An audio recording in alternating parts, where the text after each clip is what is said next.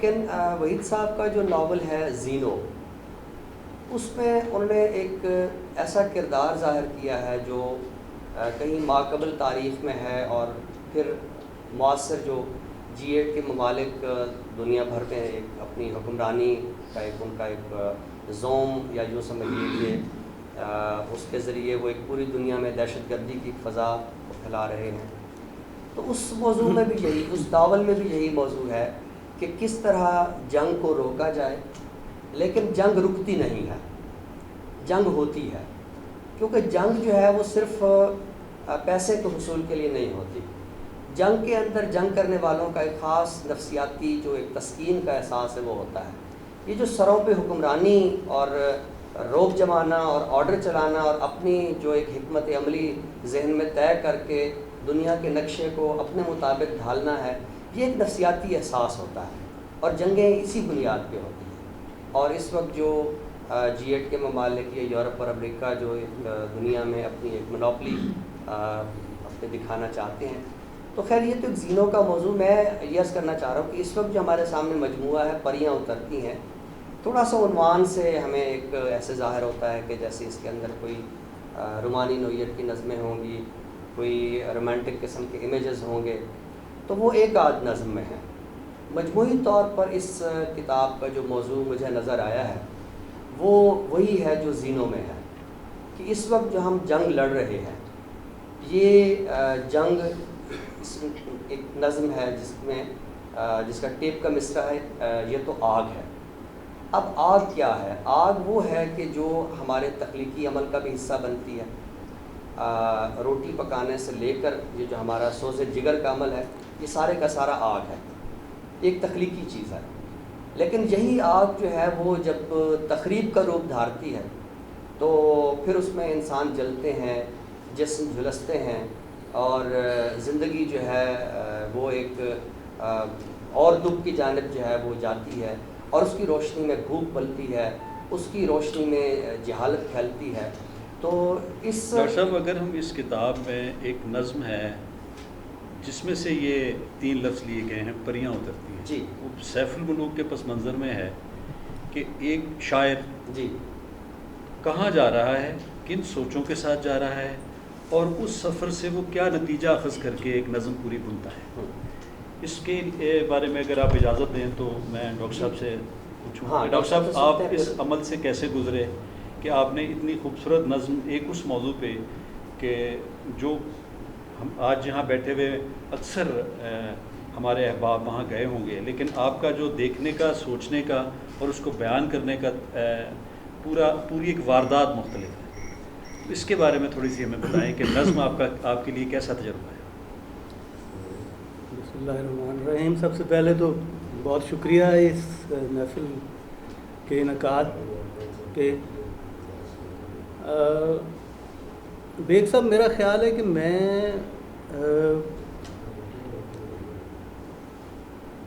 شاعری میں کہانی بیان کرتا ہوں، اور جب کہانی لکھتا ہوں تو اس میں شاعری کرتا ہوں.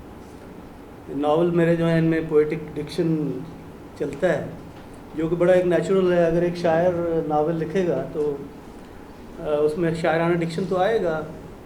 یہ ہم نے اپنے جو پیش رو ہیں ان سے سیکھا ہے، یعنی آسکر وائلڈ سے سیکھا ہے، اور اس طرح کی شاعر حضرات جنہوں نے ناول لکھے.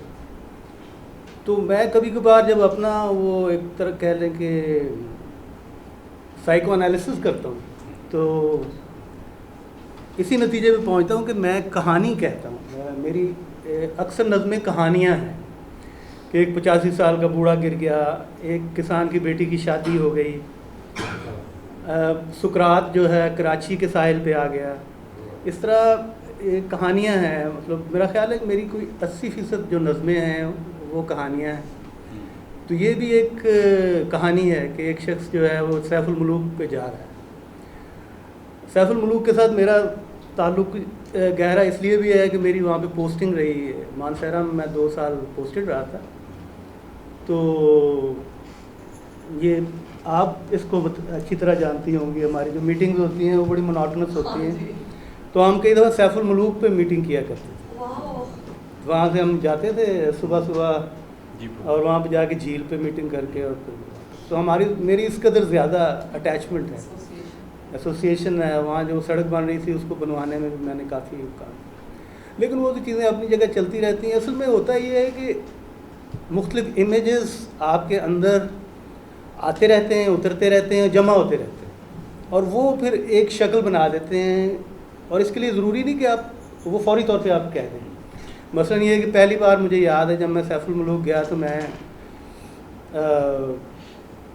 اسٹوڈنٹ تھا، اور میرے ساتھ وہ، ہاں آپ بھی جانتے ہوں گے، اس وقت تو لوگ نہیں جانتے تھے، علی اختر جو ہیں یہاں کے لیڈر. نہیں یہ جو ایم پی ہے، یہ ساتھ تھے. تو ہم پہلی دفعہ وہاں گئے، پیدل گئے وہاں سے ناران سے، وہ امیج. اور اس کے بعد میں بہت دفعہ گیا ہوں وہاں سیف الملوک، اور میں کئی دفعہ پیدل گیا ہوں. تو وہ سارے امیجز مل کے انہوں نے ایک شکل بنا دی. تو اس کے بعد نظم میں نے لکھی ابھی. یہ بالکل ایسے ہی ہے جس طرح ایک میری نظم ہے اپنا، پانی سے میرا گھر نکلتا ہے. تو میری ایک دفعہ تربیلا میں پوسٹنگ تھی، تو وہاں جب سردیاں آتی ہیں تو پانی نیچے چلا جاتا ہے جھیل کا، تو نیچے سے ٹیلے ابھرتے ہیں جن پہ ابھی بھی پرانے جو گھر ہیں وہ ابھرتے ہیں، اور ان کی چوکھٹیں وغیرہ اڑی ہوتی ہیں، اور صرف وہ جو ہے نا وہ کھنڈر کہہ لیتے ہیں. تو میں اسے دیکھ رہا تھا کھڑا ہو کے نا وہاں پہ ڈیم پہ. اور یہ میں آپ کو پریسائزلی بتاتا ہوں کہ یہ 1988 کی بات. اچھا، تو میرا ڈرائیور آیا تو اس نے کہا کہ، اور اس نے ایک بات کی جس سے میں سناٹے میں آ، کہتا ہے کہ یہ چوٹی پہ جو آپ گھر دیکھ رہے ہیں یہ میرا گھر تھا، اور میں ان گلیوں میں کھیلتا تھا. بس اس کے بعد میں چپ ہو گیا. اور یہ 1988 کی بات ہے، اور پھر یہ نظم میں نے میرا خیال ہے 2000 میں لکھی. تو اس طرح چیزیں اندر پلتی رہتی ہیں. آپ فوری طور پہ امیچور چیز نہیں کہہ سکتے، پری میچور. یہ اس کا پس منظر بھی یہی ہے. تو میرا خیال ہے میرے اندر کہانی چلتی ہے، اور میں کہانیاں لکھتا رہتا ہوں. ڈاکٹر صاحب،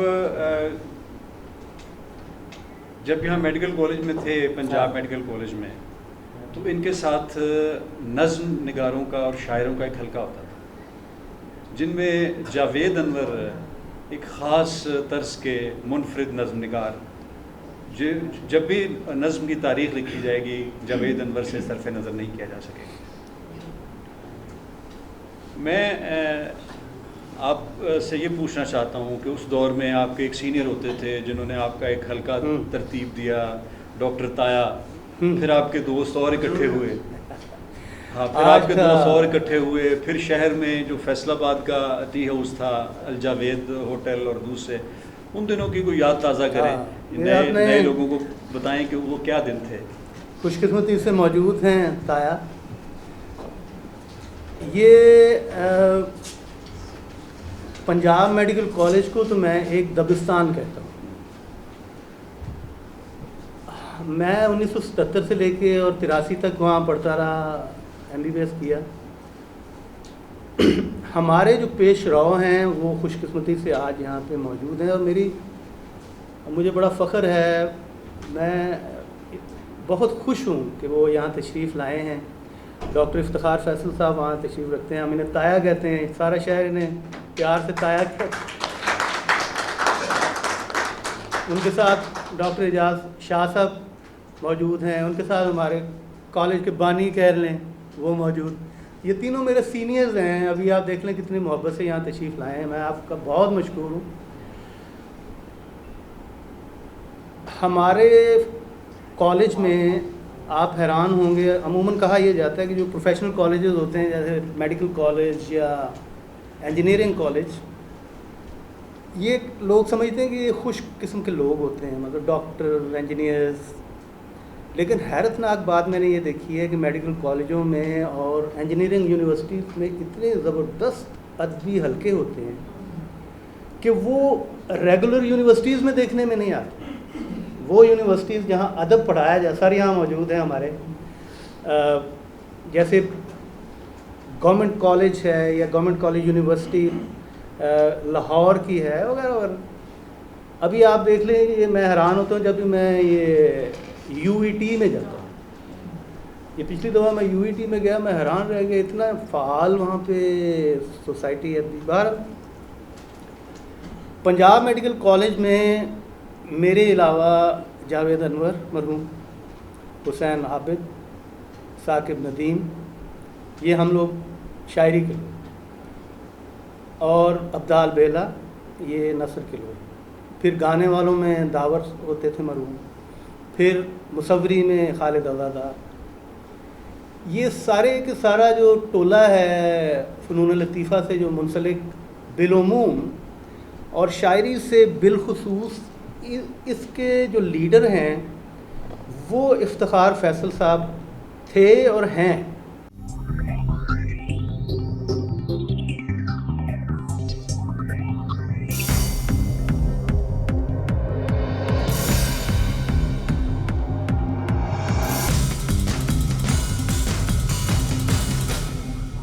یہ وہ ایک انسپریشن تھی جو میں نے بالخصوص میں نے اور جاوید انور نے خاص طور پہ ان سے لی اور ان سے سیکھا, اور ہم نے وہ نظمیں لکھنے شروع کی کہ جو ابھی بھی ہم لوگ سناتے ہیں.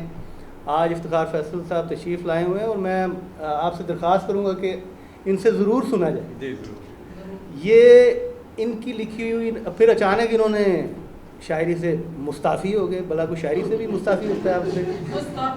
ہاں جی. بڑا پوچھا کہ کیوں, میں تو کہتے بس ہو گئے, زیادہ پوچھے نا ڈانٹتے ہیں, اب کیا کریں. تو اس کی بھی درخواست کریں گے کہ آپ استعفیٰ واپس لے لیں. چلے 25 سال بعد بھی استعفیٰ واپس ہو گئے, اس میں ایج کی تو لمٹ اور نہیں. عوام کی پردور فرمائش. اچھا ڈاکٹر صاحبان, سوری, پھر ان کا محترم ریاض مجید صاحب میری اس بات کی شاید تائید کریں کہ ان کی لکھی ہوئی نظمیں جو ہیں پھر ہمارے یہاں شہر کے حلقے میں بھی پڑھی جاتی تھیں اور لوگ ان کو بہت زیادہ اثر آتے تھے. ان کے دور کے جو شعراء ہیں جیسے اقبال نوید ہیں ابھی انگلینڈ میں, کوثر علی ہیں, یہ ان کے ایج میٹس تھے. علی شوکت خواجہ تھے. تو یہ بہت بڑا حلقہ تھا یہ ہمارے پیش روؤں کا. تو یہ اس کا پس منظر ہے. اچھا ڈاکٹر صاحب, دو باتیں میں یہاں کرنا چاہتا ہوں کہ فیصل آباد فنون لطیفہ میں ایک خاص صنف میں بہت نمایاں ہے جسے جگت بازی کہتے ہیں, اور وہ ان نظموں میں بھی ہے. وہ ان نظموں میں بھی ہے کہ بات کرتے کرتے ایک جملہ آتا ہے کہ وہ اردو میں ہنستی ہے. اچھا, یہ اتنا پوئٹک استعمال ہے ہنسنے کا اردو میں کہ یہ مجھے لگتا ہے کہ یہ فیصل آباد کے بیک گراؤنڈ کا شاعری ہے. میں عرض کرتا ہوں. جی بڑی اچھی آپ نے بات کی. اچھا, پہلے تو میں یہ اس چیز کا بڑا دکھ ہوتا ہے کہ ابھی یہ جو ہمارا تھیٹر ہے لاہور کا بالخصوص, انہوں نے اس شہر کی جگت بازی اور فکر بازی کو بدنام کیا. ہم لوگ اچھا یہاں پہ تقریباً ہر شخص جو ہے وہ ایک فکر بازی کرتا ہے. یہ ہمارا ماحول ہے, ہمارا کلچر ہے, اور اس سے میرا خیال کوئی بھی مستثنا نہیں ہے. جس طرح یہ فرما رہے ہیں نا کہ آپ تو اردو میں ہنستی ہیں, اسی طرح میں نے ایک نظم میں لکھا کہ وہ سپاہی پوچھتا ہے, سقراط اترتا ہے نا کشتی سے, تو اسے کہتا ہے کہ سقراط اپنا نام بتاؤ. تو وہ کہتا ہے سقراط, کہتا ہے یہ سقراط پورا نام بتاؤ, سقراط علی, سقراط چیمہ, چودھری سقراط چیمہ, اس طرح بتائیں آپ. تو یہ فیصل آباد کا جب شاعر جب فیصل آباد کا شاعر لکھے گا. آپ کا حلقہ ڈاکٹر صاحب, آپ کا حلقہ جو تھا, اچھا سوری آپ کی بات کرتے, اس میں ذرا بات کمپلیٹ کر لوں. جی پلیز. اس شہر کو بدنام کیا جا رہا ہے. جگت بازی وہ نہیں ہے جو کہ یہاں ہمیں دکھائی جاتی ہے. مثلا میں آپ کو مثال دے رہا ہوں, ابھی یہ علی شوکت خواجہ صاحب ایک ہوتے تھے, اللہ تعالیٰ ان کی مغفرت کرے, میں ان سے ہارمونیم سیکھنے جاتا تھا. وہ مہا جگت باز تھے. یہاں کے میرا خیال ہے شہر کے آدھے جو خان صاحب اور مراسی ہیں وہ پاؤں دباتے تھے اور پھر وہی جھکتے ہیں وہ شادیوں میں سناتے تھے. تو لیکن وہ ہر شخص کو دیکھ کے اس کے معیار کے مطابق جگت بازی کرتے تھے. مثلا وہ گھٹیا سے گھٹیا بلکہ انتہائی گھٹیا کرنے کے بھی ماہر تھے. اور اعلیٰ سے اعلیٰ. مثلا میں آپ کو اپنی ایک مثال دوں, میں یہ نہیں کہہ رہا کہ میں بہت اعلیٰ شخصیت ہوں, لیکن میں اس میں میڈیکل اسٹوڈنٹ تھا, تو میں ہارمونیم سیکھنے گیا تو انہیں کہیں جانا تھا, تو میں نے کہا کہ ہاں سر بتائیں مجھے, تو وہ سیب کھانے لگے. تو میں نے کہا کہ سکھائیے, تو کہتے ہیں کہ آپ کو سمجھ نہیں آ رہی, an apple a day keeps the doctor away. میں نے کہیں جانا ہے. اب دیکھیں یہ جگت ہے, یہ ہوتی ہے جگت, اور اس معیار کی جگت یہاں پہ چلتی تھی. اب یہ ہے کہ کیا تیرا منہ اٹ ورگا منہ, یہ مطلب یہ کیا ہے, وہ کہنا نہیں کان ورگا. یہ ایسی گھٹیا اور فضول گٹر کی اور فضولیات یعنی بکواس کرتے ہیں یہ لوگ. یہ جگت لائل پور کی یہ جگت نہیں ہے, لائل پور کی جگت معیاری ہے, اور یہ میں پیغام خاص طور پہ دینا چاہتا ہوں. تو ظاہر ہے میں لائل پور کا شاعر ہوں, تو لائل پور کا شاعر تو اس طرح چیزیں لکھے گا. ڈاکٹر صاحب, اردو نظم میں حیات کے تجربات بہت ہوئے. وقت کے ساتھ ساتھ جہاں نظم ہمارے پاس پہنچی یہ سیدھی نظم ہے, اور اس میں خیال اہم ہے, اور اس میں کوئی چونکا دینے والا ایلیمنٹ نہیں ہے کہ آپ ڈگڈگی لے کے پہلے چونکائیں اور پھر کو اپنی بات کریں. سنجیدہ نظم ہے, اور نظم تہ در تہ ہے. ایسا نہیں ہے کہ آپ طویل نظم پڑھیں, خاص طور پہ طویل نظم تو ایسا نہیں ہے کہ پہلی دفعہ وہ کھل جائے. آپ اس کی ایک ریڈنگ کرتے ہیں, پھر سوچتے ہیں کہ اچھا اس لفظ میں یہ تو لفظ علامت بنتا جا رہا ہے, اس علامت کے کتنے پہلو, کتنے اس کے شیڈز ہو سکتے ہیں. آپ اس بارے میں کیا کہتے ہیں؟ پہلی تو بات یہ ہے کہ ڈاکٹر صاحب نے ساری گفتگو کو ڈائیورٹ کر دیا اپنی کیا کہتے ہیں بزلہ سنجی کی بنیاد پر. تو اب تو جی چاہ رہا ہے کہ نظم پہ نہ کچھ اس طرح کی ہلکی پھلکی گفتگو کی جائے. تو اب مزاح کیا ہے, اس کی تو خیر علمی تعریفیں بہت ہوتی ہیں, لیکن کسی نے کہا ہے کہ مزاح وہ ہوتا ہے جس میں مزہ بھی اور حیرت بھی ہو. اب وہ حیرت ظاہر ہے اسی وقت ہوتی ہے جب اس میں کوئی ذہانت ہو. تو فیصل آباد کی جو زبان ہے, جو گفتگو ہے, اس کو یہ ہے کہ جملہ اس طرح بولا جاتا ہے کہ حیرت بھی ہوتی ہے. دیکھیے ڈاکٹر صاحب کی یہ جو نظمیں ہیں, ایک تو میں نے یہ محسوس کیا ہے کہ ڈاکٹر صاحب کا جوہر اس وقت کھلتا ہے جب یہ نظم کو پھیلاتے ہیں. ان ڈاکٹر صاحب کی جو مختصر نظمیں ہیں ان سے کہیں زیادہ نظمیں وہ متاثر کن ہیں جو طویل نظمیں ہیں. پھر جیسے میں نے یہ عرض کیا کہ 60 کے بعد ہماری جو نئی نظم ہے اس کا سب سے بڑا وصف یہی ہے کہ اس میں مفہوم جو ہے وہ یک پرتی نہیں ہے. یعنی ہماری پیچھے جو نظم چلی آ رہی ہے نظیر سے لے کر فیض صاحب تک, وہ ساری کی ساری یک پرتی ہے. یعنی آپ اس کی تشریح اس طرح نہیں, مطلب آپ کو سمجھ آ جاتی ہے کہ بات چیت ہے. لیکن جو 60 کے بعد اور پھر 70 کے بعد ڈاکٹر صاحب کی ایک پوری نسل ہے, ان لوگوں نے, ان ہستیوں نے, لوگوں تو نہیں کہنا چاہیے, لوگ تو عام ہوتے ہیں, ان تخلیق کاروں نے نظم کو اس طرح پیش کیا کہ اس کے کئی ایک مفاہیم جو ہے وہ ہم پر کھلتے جاتے ہیں. ابھی جیسے آپ نے پریاں اترتی ہے اس حوالے سے بات کی, اب وہ جو نظم ہے جس کا ٹیک کا مصرع یہ تو آگ ہے, اس میں کئی ایک سطح ہیں. یعنی کائنات کی ابتدا میں آگ نے کیا کردار ادا کیا, پھر اس کے بعد جب اس زمین پر انسان آباد ہوئے تو آگ نے کیا کردار ادا کیا, پھر انسان جب تخلیقی عمل کی طرف آیا تو آگ نے کیا کردار ادا کیا, اور معاصر فضا میں جنگوں کی بنیاد پہ آگ جو ہے وہ کیا تخریبی کردار ادا کر رہی ہے. تو وہ نظم جو ہے وہ ایسا نہیں ہے کہ آپ کہیں کہ یار یہ نظم جو ہے نا یہ صرف کوئی آگ پہ. یعنی جب وہ نظم میں پڑھ رہا تھا تو میرے ذہن میں راشد کی نظم میرے دل سہرا نورد پیر دل, جس میں وہ آگ کی پوری تشریح کرتا ہے. آگ یہ ہے, آگ آزادی کا, آگ دل شادی کا نام, آگ یہ ہے, آگ یہ ہے. تو پھر اس آگ کے استعارے کو ہمارے معاصر شعراء نے جو ہے وہ کئی ایک اسالیب میں برتا ہے. اور ڈاکٹر صاحب تو جیسے کہ ان کے ایک پورے مجموعے کا نام ہم آگ چراتے ہیں, آپ ان کا کوئی بھی مجموعہ آپ دیکھیں گے اس میں آپ آگ کا جو استعارہ ہے وہ آپ کو بنیادی طور پر ملے گا. ڈاکٹر صاحب ایڈی کیڑی آگ لگی یہ دیکھیں نا, آپ کہتے ہیں کہ میں ڈیورٹ کرتا ہوں, یہ دوسری دفعہ انہوں نے لقمہ دیا ہے, یہ میرا خیال جان بوجھ کے یہ کوئی سازش. اچھا ڈاکٹر صاحب سے میرا ذاتی خیال یہ ہے کہ اب نہ اس کے بجائے کہ میں نظم ڈاکٹر صاحب کی نظم پہ بات کروں, وہ ریاض مجید صاحب بڑی اچھی مثال دیتے ہیں کہ آپ فوارے کی تشریح کرنے کے بجائے نا بندے کو موڑ دیں کہ یہ فوارہ ہے. تو ڈاکٹر صاحب بیٹھے ہیں میرے خیال میں اب ہمیں ان سے ڈاکٹر صاحب میں آپ بات کا سیشن اس میں سنا دیں. نہیں آپ نہیں نظمیں سر بعد میں سنیں گے, بعد میں سے سنیں گے. ابھی یہ نظم ان کا ان کے لیے مسئلہ ہے, ہاں ان کے لیے ایک جذبہ ہے, پیشن ہے. نظم یہ کیوں نظم لکھتے ہیں؟ دیکھیے میں ایک چیز آپ کو عرض کروں, جیسے کہ ڈاکٹر صاحب ناول نگار بھی ہیں اور ڈاکٹر صاحب نظم نگار بھی ہیں. اب ناول نگار اپنی نظم میں بطور ناولسٹ کیسے سامنے آتا ہے اور ناول میں بطور شاعر کیسے سامنے آتا ہے, یہ وہ ہنر ہے جو وحید احمد صاحب کے پاس ہے. جی ڈاکٹر صاحب آپ اپنی نظم کی بنت کے بارے میں, اس کی حیت کہ نظم آپ کہاں سے شروع کرتے ہیں؟ بعض اوقات سامنے پڑی نظم آ جاتی ہے, ایک ہی سیٹنگ میں آپ لکھ دیتے ہیں. بعض اوقات نظم آپ کے اندر گرو کر رہی ہوتی ہے اور بعض اوقات آپ کو اس کو ادھورا چھوڑ دیتے ہیں ڈیلیبریٹلی, کہ اس کا نامکمل ہونا بھی اس کا حسن بن جاتا ہے. آپ نظم کیسے لکھتے ہیں؟ میں چاہتا ہوں کہ ایک طالب علم کے طور پہ یہ سیکھوں. نہیں, پہلی بات تو یہ اب طالب علم ہے ہی نہیں.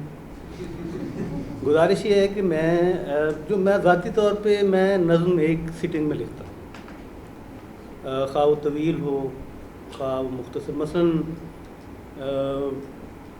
میری ایک نظم ہے مرمت کون کرتا ہے, وہ کافی طویل نظم ہے, بہت 20-25 صفحے کی نظم ہے. تو وہ میں نے ایک سٹنگ سے مراد یہ میں نے 5-6 گھنٹے میں لکھی تھی, بیٹھے بیٹھے.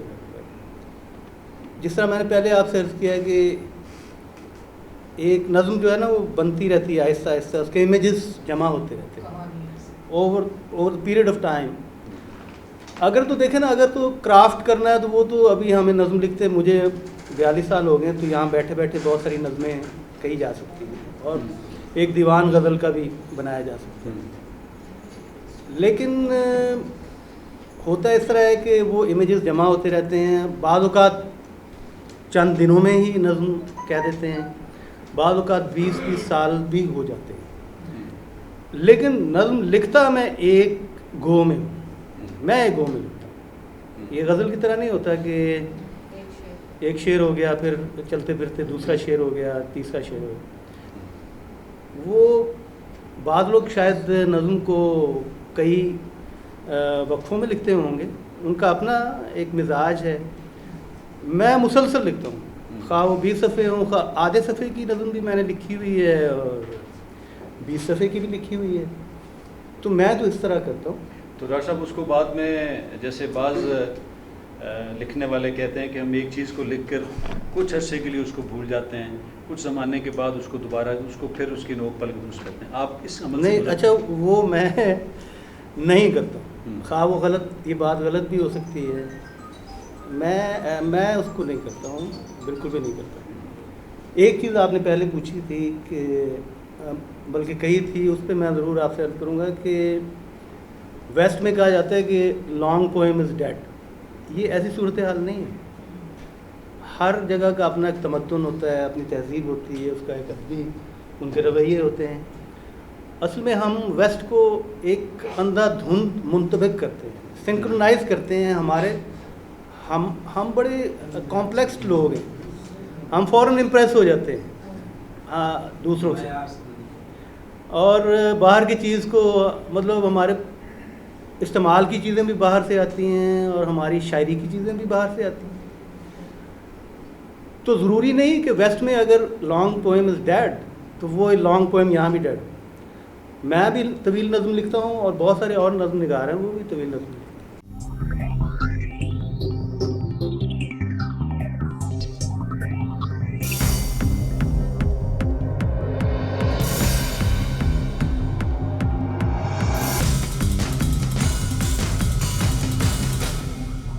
دیکھیں ناقد جو ہے نا, میں ان سے بہت تنگ ہوں.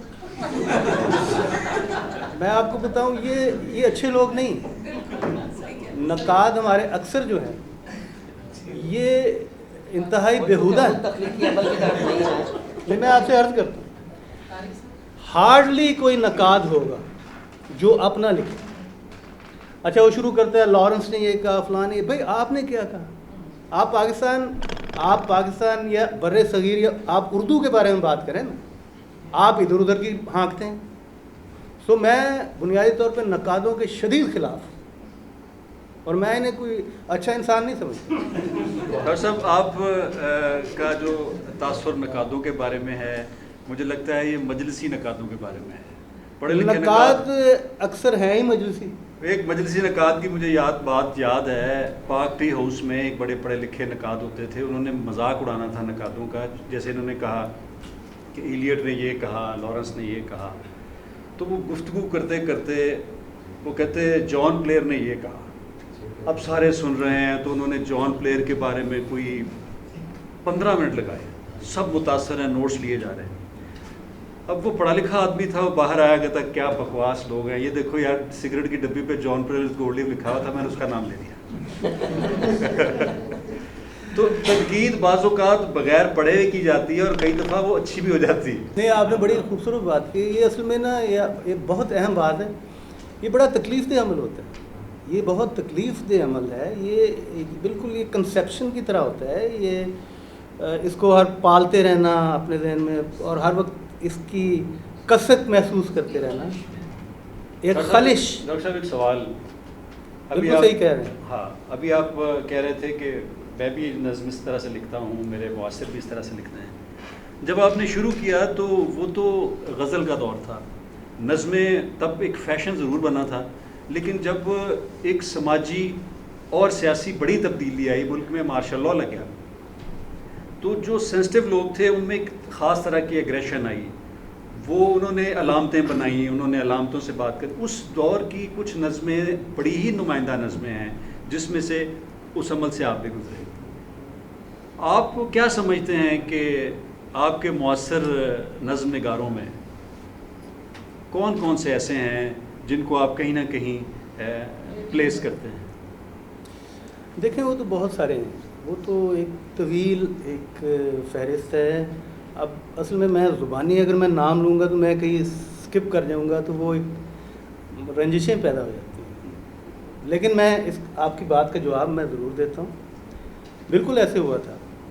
اور خاص طور پہ فیصل آباد میں یہ جو مزاحمتی شاعری ہے یا علامتی شاعری ہے، اس کا ایک دور رہا ہے بہت زیادہ، اور اس کی ایک تاریخ ہے، اور اس کی ایک بڑی کربناک اس کی تفصیل ہے. اس میں بہت سارے لوگ جو ہیں وہ تباہ و برباد ہوئے، اور پھر یہ ڈاکومنٹ ہوا. یہ ساری کی ساری چیزیں یہاں موجود ہیں. فیصل آباد اور اس کے نواح کے جتنے بھی شاعر ہیں، جھنگ کے اور سرگودا اور ادھر ادھر کے، ساروں نے اس میں بڑا کنٹریبیوشن کیا ہے. لیکن میں غزل و نظم کے حوالے سے آپ کو یہ عرض کرنا چاہتا ہوں کہ میرا پیشن غزل ہے. آپ کو شاید یہ عجیب لگے، میری بنیادی ٹریننگ بھی غزل کی ہے. میں جب کوئی رسالہ پڑھتا ہوں تو میں غزل پڑھتا ہوں. میں غزل کو بڑا ریگارڈ دیتا ہوں. مصروں کی بنت یہ بتاتی ہے کہ آپ کے لاشعور میں غزل جو ہے. جی، میں عرض کرتا ہوں.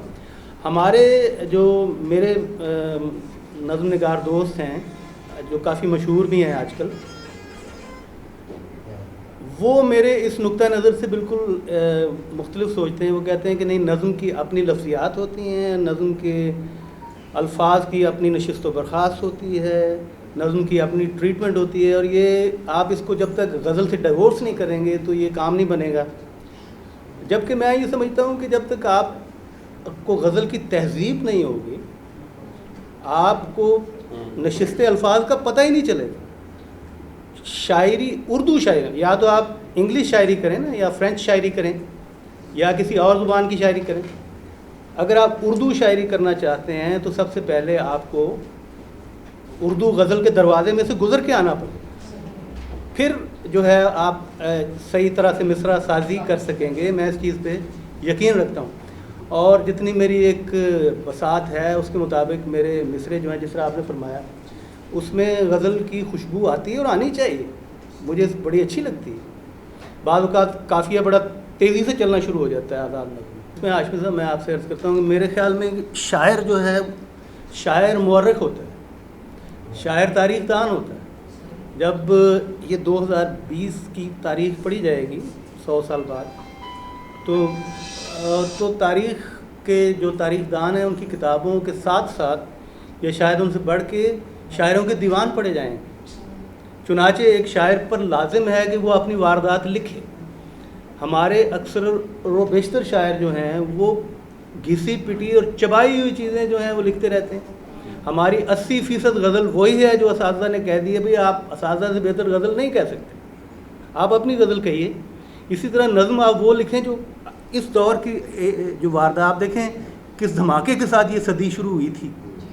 اتنے موضوعات ہیں ساری دنیا میں پھیلے ہوئے, اور ہمارے پاکستان کے تو گلی کوچوں میں اتنے موضوعات ہیں کہ ہمیں باہر دیکھنے کی ضرورت ہی نہیں. یہ جو کہتے ہیں نا کہ ماڈرنزم اور پوسٹ ماڈرنزم اور پوسٹ ماڈرنزم اور اسٹرکچرلزم اور اس طرح کی باتیں کرنے والے سیانے لوگ, ان کو کوئی ضرورت نہیں ہے یہ بات کرنے کی. انہیں لکھنے کی حیت کا انہیں علم ہونا چاہیے.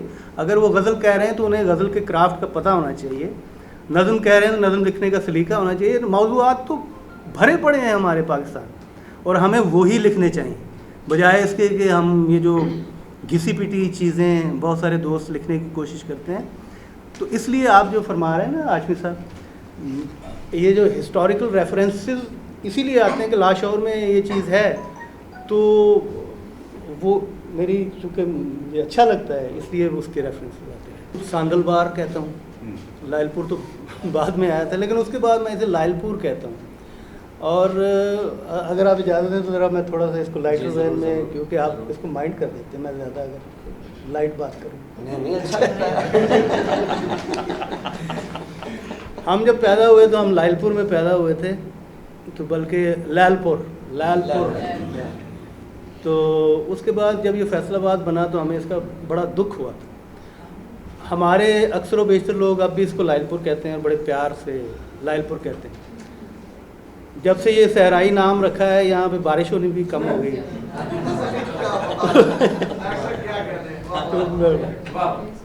تو ہمارے لیے تو یہ لائل پور ہے, فیصل آباد نہیں ہے.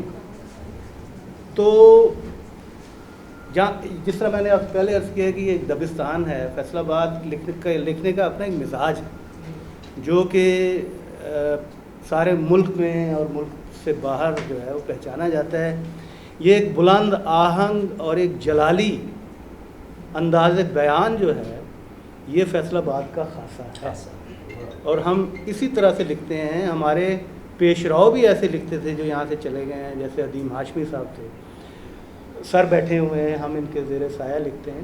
فیصل آباد ایک دبستان ہے, لیکن چونکہ لڑتے رہتے ہیں آپس میں اس لیے بات زیادہ تر باہر نہیں جاتی. وہ تو سر دنیا میں ہر جگہ ہی لڑتے ہیں. یہاں زیادہ تو افتخار عارف صاحب لندن میں تھے, افتخار عارف صاحب لندن میں تھے, فیض صاحب بھی ان دنوں میں جلا وطنی کاٹ رہے تھے لندن میں. تو افتخار عارف صاحب بیان کرتے ہیں کہ میں نے وہاں ایک لائبریری بنا لی, شاعروں کو اکٹھا کرنا شروع کر دیا. تو فیض صاحب آئے ایک دن تو مجھے اپنے خاص دھیمے لہجے میں پوچھتے کہ یہاں کیا کر رہے ہو. تو میں نے کہا جی کہ میں شاعروں کو اکٹھا کر رہا ہوں. تو فیض صاحب کہتے تینوں پنجابی آتی ہے. میں نے کہا جی نہیں تھوڑی تھوڑی سمجھ. اس نے کہا شاعروں کو اکٹھا کرنا 5 شیر مینڈک تولنے کے مترادف, یہ ڈڈواں دی پنسیری ہے. پھر انہوں نے یہ لفظ ان کو سکھایا. یہ صرف میں سمجھتا ہوں کہ یہ شاعروں ادیبوں میں نہیں ہے, کسی بھی فن میں ہے, موسیقاروں میں بھی ہوتا ہے. تو وہ ایک حب ذات ہوتی ہے جو ہمیں ٹکنے نہیں دیتی. تو صوفیہ اسی کی تہذیب کرتے ہیں. ہمارے وہ شاعر جو نظم کو سلوک کی طرح سے ڈیل کرتے ہیں, میں سمجھتا ہوں کہ وہ اس کمزوری سے نکلتے ہیں. ادروائز یہ مشکل کام ہے, یہ ہمیشہ ہوتا ہے, ہر جگہ ہی ہوتا ہے.